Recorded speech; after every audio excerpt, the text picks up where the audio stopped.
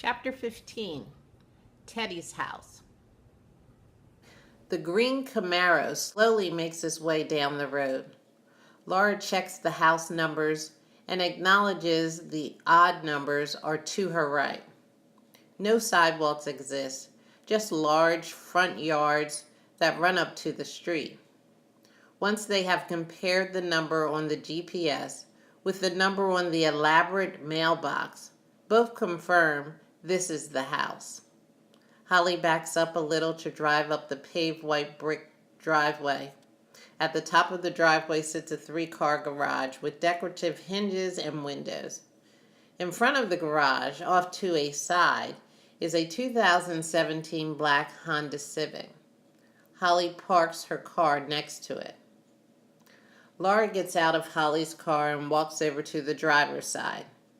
She waits while Holly gathers up her cell phone and a small notebook. Holly opens the door, turns to the side, and just sits with her feet on the ground. She realizes she hasn't prepared any question or imagined how this meeting would go. Laura impatiently drags her out of the car, and they walk along the walkway to the 2-door front entrance and ring the bell. The door opens, and the ladies look surprised. A well-dressed African-American woman in her early 50s answers the door. She smiles and asks, "Can I help you?" "Hello, my name is Holly, and this is my friend Laura. We are looking for Teddy. Does Teddy Gallagher live here?" wonders Laura as she is checking her cell phone for the address again. Hearing the voices in the front, Ethan comes out with his brunette friend following him.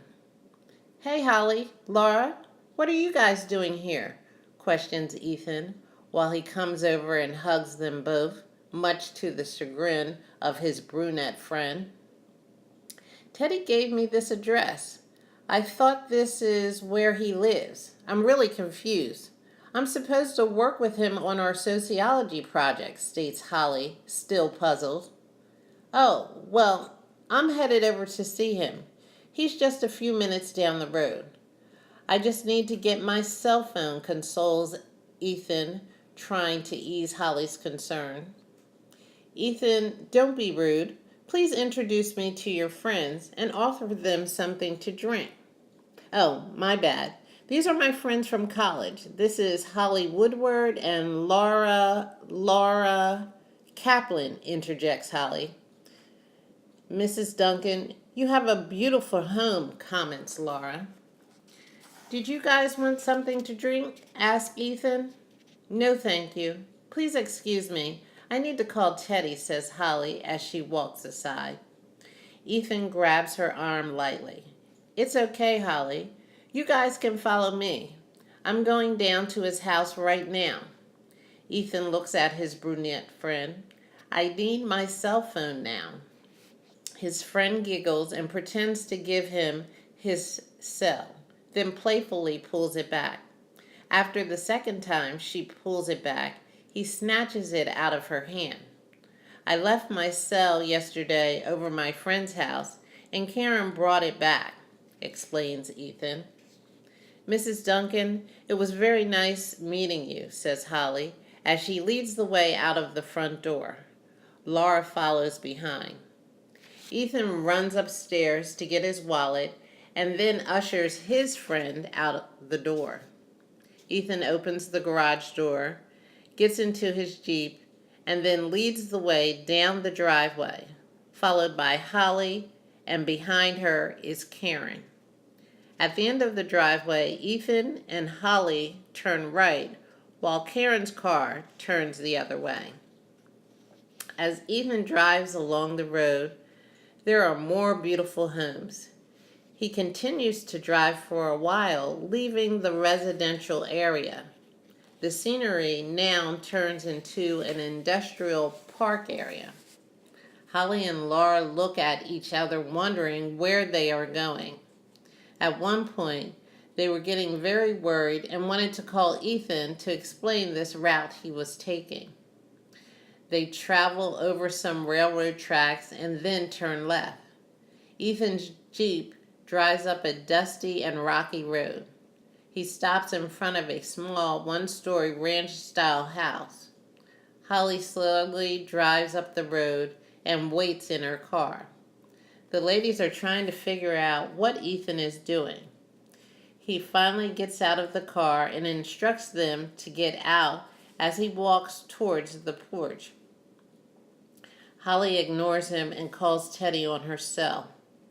Seconds later, Teddy appears on the front porch. Teddy and Ethan talk for a moment, and Holly can hear Ethan explaining how he didn't get any messages because he left his phone at his friend's house. The guys walk towards the Camry, and Holly and Laura open their doors to get out. "Teddy, why in the world did you give me Ethan's address?" yells Holly. "Oh, I thought I gave you mine. My bad," lies Teddy, and quickly changing the subject. "Laura, I didn't know you were coming." "Well, Holly asked me, and I figured I'd keep my roommate company for the long drive," replies Laura. "That's nice. So, I think we should get started because we have to get back on the road in a few hours," interrupts Holly. Holly takes a moment to text her sister, mom, and dad the new address so they know where she is. "Sure, let's go in," offers Teddy as he leads the way to the porch. The foursome line up in a row as each enters Teddy's house. Teddy first, followed by Holly and Laura, with Ethan bringing up the rear. The stench of cigarettes hits the ladies as they are coming in. Not a surprise with ashtrays in every corner of the living and dining rooms. The four students stand in the living room, while a woman in her late 30s sits in a chair in front of the television smoking. The resemblance to Teddy is uncanny.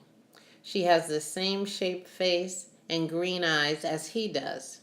She just is not aging well due to the smoking. "Ma, these are my friends from college," introduced Teddy. "Holly and Laura, and of course you know Ethan." "Y'all have a seat. Make yourselves comfortable," offers Teddy's mom, Shelley. All three say hello, and they do as they've been told. Ethan gets a dining room chair to sit in, as Laura and Holly sit down on the couch. They are facing the dining room, which is connected to the open doorway of the kitchen. An older man in his 60s is sitting in the chair with a beer and some chicken. He peers out of the doorway to see who is in his house, but doesn't say anything. "Teddy, your brother Dave called earlier. He says to give him a call back," informs Shelley. As Teddy leans against the wall standing, he shakes his head up and down, acknowledging his mother. Shelley turns her attention to the girls on the couch. "So, ladies, where are you two from?" "I'm from Falls Grove," replies Holly. Laura is busy looking around the room. She didn't hear the question. She is from Ashley Village. "Oh, you ladies have traveled some ways." "Yes, ma'am," answers Holly as she looks in Teddy's direction to see if he is going to explain the project, but he just gives Holly a blank stare. "So, Mrs. Gallagher, I don't know if Teddy told you, but we have this project." Laura starts to cough a little. "Well, before you both get started, I'm going to hang outside for a while," says Laura. "I'll join you," states Ethan, as he gets up and goes over and gives Teddy's mom a hug. Laura and Ethan leave and lean up against Ethan's Jeep. It's a bit chilly, so they decide to sit in the car. Meanwhile, Holly is still not prepared with questions for Shelley, so there is an uncomfortable silence. "Would you like something to drink?" offers Shelley. "Yes. Do you have any water?" asks Holly. "Teddy, why don't you take your friend in the kitchen and get some water?" instructs Shelley. Holly gets up and follows Teddy into the kitchen. As Holly passes the older man, Holly says hello. He salutes her and smiles. That's my grandpa, Gramps. Nice to meet you, sir. Teddy pours Holly some water. They both go through a door in back of the kitchen to a small screened-in porch which houses the washer and dryer. There is an old couch with vinyl cushions. She sits down, thankful for the fresh air. Teddy leans up against the dryer that is still running. So, what do you think about my place here? Starts Teddy. Especially in comparison to Ethan, my black friend, with the 3-car garage, marble floors, and his own car. Holly is stunned by Teddy's bluntness, especially with his family in earshot of their conversation. It's fine. You have a roof over your head. You're not living in the streets, comments Holly. Well, that's setting the bar pretty low. You see this? He points around the poorly maintained porch. This is my point. I'm living like this and my black friend is living large. Why would I need to fight for Black Lives Matter? As far as I'm concerned, some of you are doing fine. Shoot, I matter. Teddy Gallagher matters.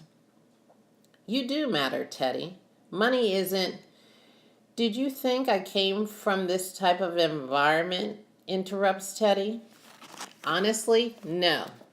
I think your outfits, nice slacks and embroidered shirts and playing golf painted a different financial status. Golf, that's an expensive hobby. The dryer stops and beeps loudly. Did you notice the initials on my shirt were never my initials? Asked Teddy. Actually, I did notice. I figured it was some famous designer or some older relative handed them down to you, explains Holly. Well, as far as my clothes, my mom works at the dry cleaners.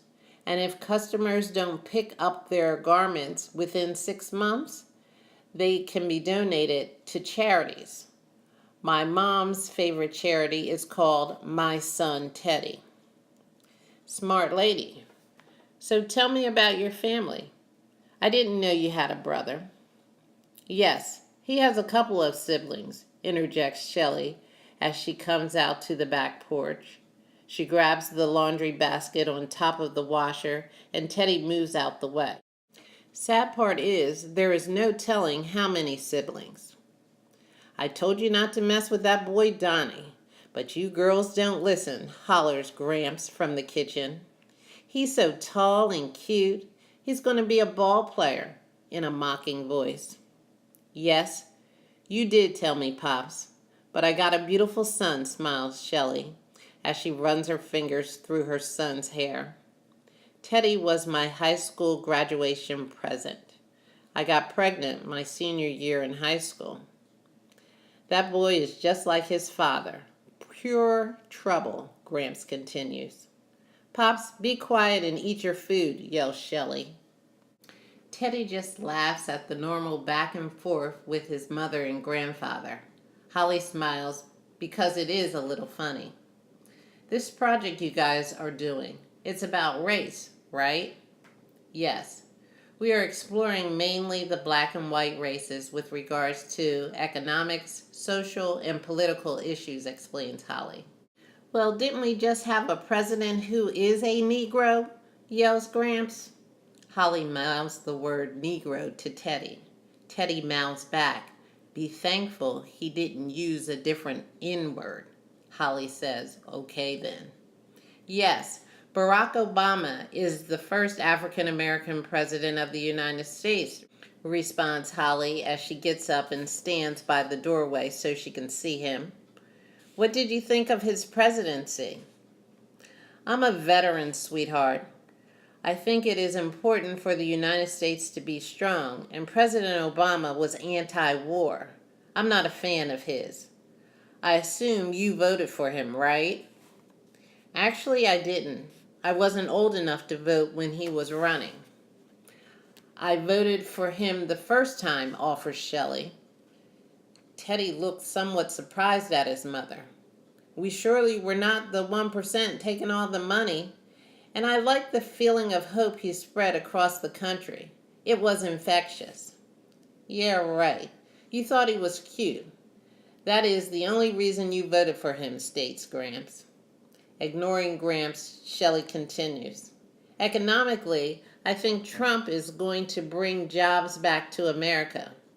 He may deregulate everything to do it, but I don't care too much about the environment anyway. There was a lot of job growth under Obama, states Holly. Yeah, but Trump has a lot of business connection. It's going to be very huge, inputs Teddy. Sure. Well, I hope so, since he is the president now. What do you think about his travel bans? Hey, he is trying to keep America safe. Some people may be inconvenienced, suggests Gramps. So back in the 90s, Timothy McVeigh and Terry Nichols committed a terrorist act. Do you think we should round up all the white guys in the country, offers Holly? Hey, if they want to, they can try, snaps back Gramps. It's like hammering a small pitcher nail with a sledgehammer. It causes more damage to the wall when you don't use the right tool, says Holly. I like that analogy. I'm going to have to use that, interjects Teddy. There is a knock at the front door. Teddy gets up and sees it's Ethan and tells him to come on in. Laura is directly behind him. They are both hungry and want to get a pizza. Teddy checks with Holly to see if she is finished with her observation. She thinks for a moment, looks at her cell phone for the time, and then agrees she's finished. Holly thanks Mrs. Gallagher for her hospitality. She is surprised that Shelley wants to give her a hug, so she does. As she walks by the grandfather, he repeats his former greeting with a smile and a salute. Teddy hugs and kisses his mom and pats Gramps on the shoulder as he leaves. In Chapter 15, Holly and Laura were surprised where Teddy lived. In the comments below, share whether where a person lives matters. See you in Chapter 16.